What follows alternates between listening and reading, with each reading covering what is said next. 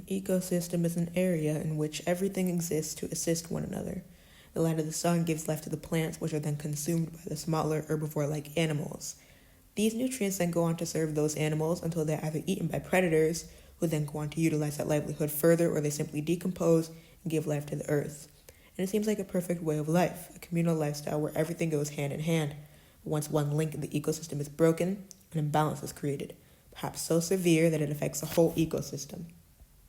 In just the last 3 decades or so, climate change has ravaged our environment and endangered tens of hundreds of species, and all because we wanted to get places faster or have better Wi-Fi. It's a horrible result of constant pollution of our air and seas, littering, and the overall lack of care for the environment we inhabit, which is ironic since nature and its ecosystems are proven to provide us with benefits like no other product. Hummingbird Babies by Ronnie Herbert. Sometime around the beginning of quarantine, a female hummingbird flew up to my rose tree outside my window. It carried a few small twigs in its mouth. It was building a nest. The nest was ready to be lived in under a week. It looked like a tiny wooden bowl on my rose tree, where it still sits to this day. I remember I had just returned from my dad's house when I checked on the nest. Inside rested 2 little eggs. I yelled for my mom to come and see them in all their tiny glory. We stared at for about 5 minutes. We both felt so happy. The next morning I ran out, holding out my finger to compare it to the eggs. They measured about the size of my pointer fingernail. My mom snapped a picture, and after we watched for them for about a minute or 2, the mommy bird shooed us away. I knew the eggs would hatch eventually, but it still shocked me to find 2 baby birds. For me, their childhood flew by in a blur. They became bigger, hungrier, and fluffier. One outgrew the other and squashed it. Unfortunately, the baby bird died. The other kept growing, started hopping from branch to branch, flapping its wings. Then, one day, it just flew off, never to be seen again.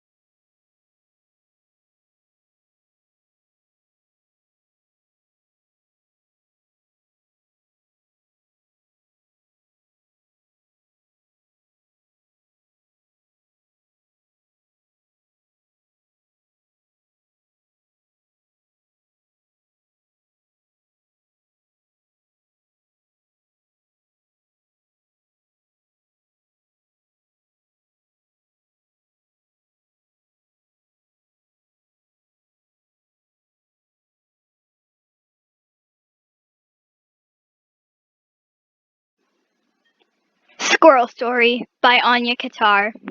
So, I'm just chilling at school when I suddenly hear Ronnie yell my name. She rushes over and tells me to go to my backpack and see for myself. I do as she says and run off to find a squirrel, crumbs everywhere, and a disturbing hole in the front pocket of my backpack. Ever so innocently, the squirrel digs its paw into my backpack, grabs another peanut, and starts munching on it. A crime, a peanut thief. But I'll admit, I think this is cute. As the days go by, I leave my backpack here and watch the squirrel get fatter and fatter. Now it steals from me, but the squirrel is not afraid, and it trusts that I won't be mad. Yet somehow, no matter what, if I had $1 for every time a squirrel made me smile, I'd be a millionaire. So, in my video, I described my experience with squirrels. I'm going to demonstrate how to feed a squirrel safely. Squirrels love peanuts. Carefully toss one on the ground so you don't spook the squirrel. Now you have a very happy squirrel. However, I suggest not feeding them too much because they may eat your plants in your garden. I'm going to show you a clip of how the squirrel in my backyard became. In this scenario, the squirrel's about to climb the door. He's very hungry, and now he's looking at me. And he's sniffing at me too. Don't let the squirrel get this dependent.